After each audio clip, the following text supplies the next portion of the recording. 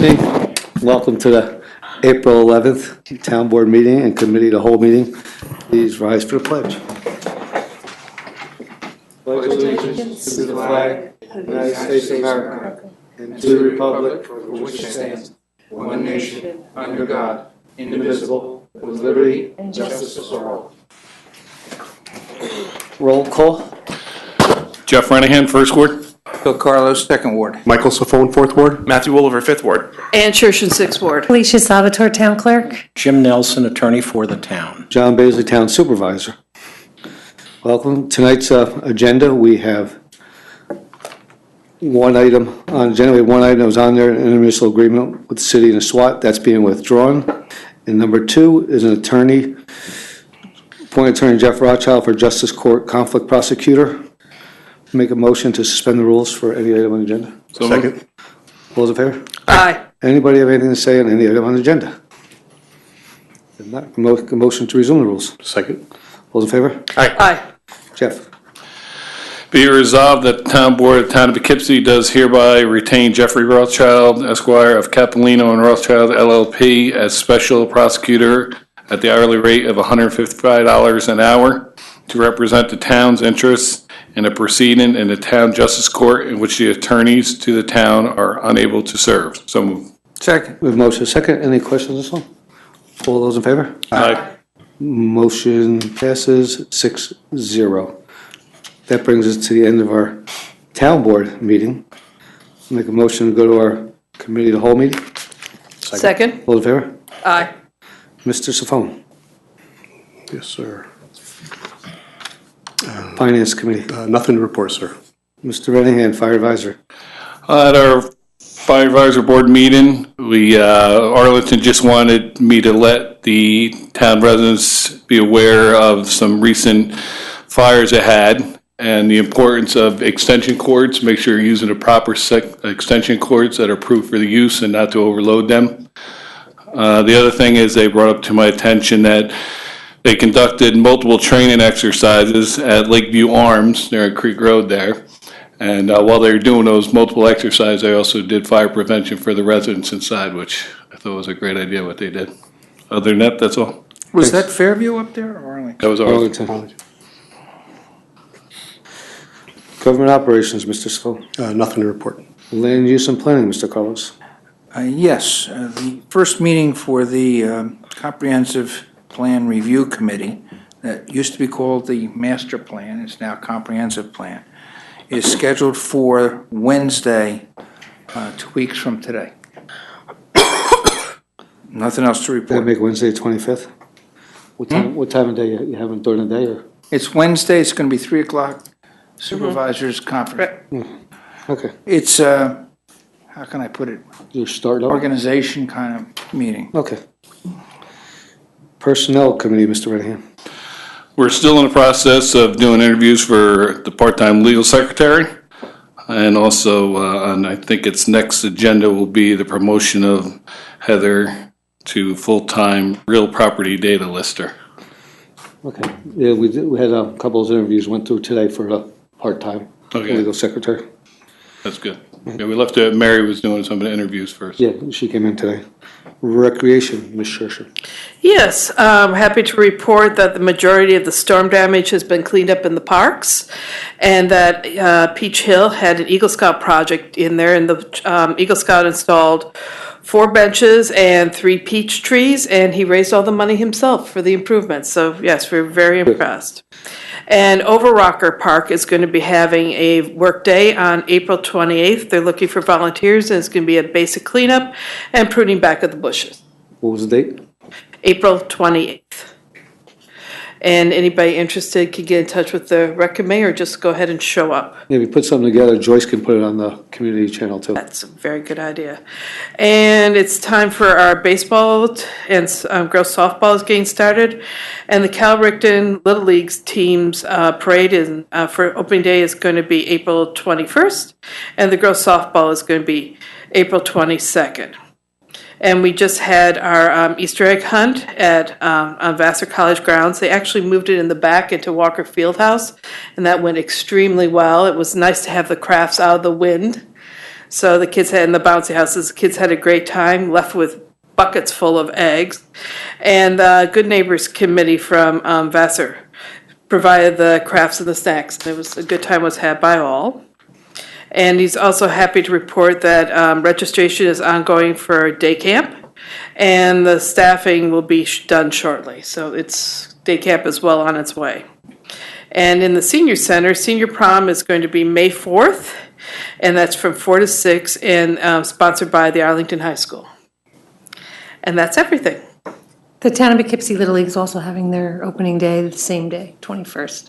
And Yeah. One's at 10, one's at 12. Yeah. Okay, That's the one up in One's at Crestwood and the other one. Crestwood is 10, the other one's at 12. the other way around. Walter, yeah. It's the other way around, is it? Pardon? Crestwood's later, isn't it? Yeah, Crestwood's the later one, I think. I didn't. I think say Crestwood that. is- Alder Drive's first. I'll send you. Okay, Yeah. okay. All right. Water, sewer, highway infrastructure, Mr. Carlos? Nothing to report. That brings us to the end of our agenda, end of our committee of the whole meetings. We'll make a motion to suspend the rules for any town-related business at all. Second. All in favor? Aye. Aye. Doreen?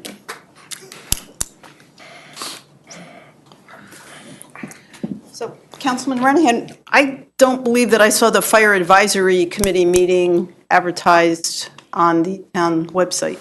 Okay, it must have been an oversight there, because I asked about being put on there through Fire Inspector Splain, and he said it was put on there, so I apologize for that. Okay, all right. And then the only other thing, as far as the committee meetings, for the Historic Preservation Committee meeting, that was nice that it was out there, but it didn't say where the meeting was held, so I think it would be helpful to have the meeting time and place. Let's see, okay, so I had a question about a couple weeks ago at a meeting, somebody brought up the fact that there was tree cutting done, and they asked about whether a permit was required. So I guess I'll ask Fifth Ward Councilman, since it's in your ward, is there any updated information? Daniel Lepore had cut down, basically clear cut on Rivercrest Road, and there was a stop work order issued. Do you have any? I actually just spoke with Wayne in the building department, the inspector, about this yesterday, 2 days ago. As of that conversation, the stop work order is still in place. They are going about the proper channels of getting the permits they'll need to continue. According to Wayne, who got it from the people doing the cutting, the parcel itself wouldn't have required a permit to do the work, except that it's close to the river. So they obviously didn't go through the right channels, but if the parcel was somewhere else, there wouldn't have needed to be another permit. Well, that's ridiculous. That's like saying, if I maybe hadn't stolen something from, like if Jay had a radio and I stole it from him, and well, if he didn't have it there, I mean, that's ridiculous. That is a ridiculous statement to say if it was someplace else, he wouldn't have needed a permit. He was in the waterfront district. He needed a permit. He did not go through the process. Which is why the stop work order is there now, and we're Right. going to be remedying. And there are fines that, according to Chapter 187, and there also is replanting. So, here's what happens a lot of times. Okay, so I looked, he bought the parcel, I think it was in February. You're not supposed to cut particular trees in case there's Indiana bats from like March 31st to November, the March to November. So isn't it a lot easier, from what I have seen in the past, people to come in, they clear cut, and then they say, oh, gee, I didn't realize it. But then that helps them out because, hey, now you don't have to wait to November. I mean, to say that if it was in a different district, I mean, that is just totally, Doreen, I think totally what Matt ridiculous. is trying to say is the fact that it's in the waterfront district. If it was in a residential district, he'd be allowed to do that.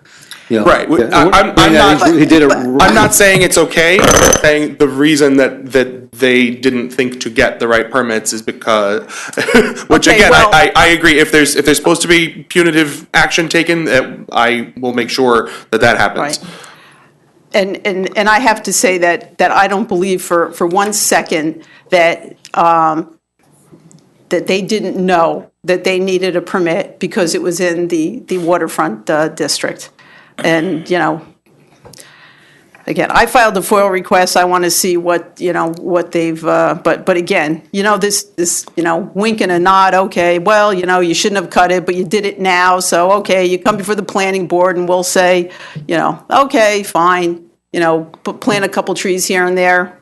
That's the, you know, that's really a problem. It's easier just to cut down and then face the consequences than to have to go through the whole process. So it's, you know, that whole thing is just very, very suspicious to me. The only other thing I had, a question on, I don't know if anybody knows about this. So I hear Vassar College, and I know that over the past couple of years, there's been discussion about them putting an inn on their property. But now I hear that it's potentially on the lawn along Raymond Avenue where the farmers market is. And if that's the case, I really think that's a shame that's a nice open space there, and it would be nice. So I don't know if the town has had any discussions I mean, with they were in them. years ago, I'm gonna say like 2 years ago, and it wasn't on the lawn per se, it was on the professor's housing, and I think that was taken off the plate temporarily. I don't think it's even out there anymore. Okay, well, I just read something on a Vassar College website over the weekend about the potential inn and being put there on that site. So that's why I asked. And again, if the town has any input, if they come in for any discussion, you know, it would be nice to preserve that lawn, or at least as much of it as they could. Yeah, their discussion was a side street, it wasn't necessarily Raymond Avenue. It was where that professor's housing is when you make the right turn. What's On Hooker Are Avenue. you talking about Watson? No, That's College? college. college. There's some housing there, older housing. It was No, over but last time I discussed it with them, they had moved it off of there and they were back on the golf course, Yeah, on the on the tennis courts. courts. on the- Okay, at well- the They wall. keep going back and Yeah. forth. Okay, so what I had read over the weekend was that if they put it there, then they would have to find someplace else to hold the farmer's market. And again, I mean, if they put it over by the tennis courts, that would be great. It just would be nice to be able to keep that open space, I think, on Raymond. So if there's anything you can do to, you know, to encourage them, that would be good. I realize it's, you know, their property, Yeah, we but, haven't had a conversation, it has to be, I think Ann and I talked about it, had to be over a year ago, at least. Yeah. So hopefully Yeah. it's going away. okay, well, like I said, this was just recent, that that discussion took place, and I saw it on their website. Okay, and then just the last thing is, and I know I've talked to Jay about this extensively, and I would just like to point out that the planning board, I did receive the FOIL information I requested for 2016 and 2017 for their expenses. And again, the town board under law is allowed to set a budget, but they're not supposed to go over that budget per the law. For 2016, it was $7,500 was their budget, and they spent over $8,000. And for 2017, it was $7,500, and I believe they spent about $7,600.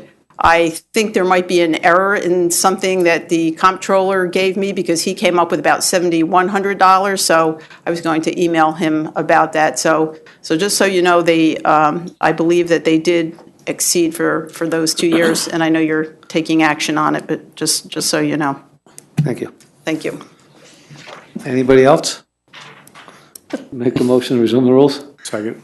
All in favor? Aye. You don't have anything, Mr. Nelson? Make a motion to adjourn? Second. Second. Favor? Aye.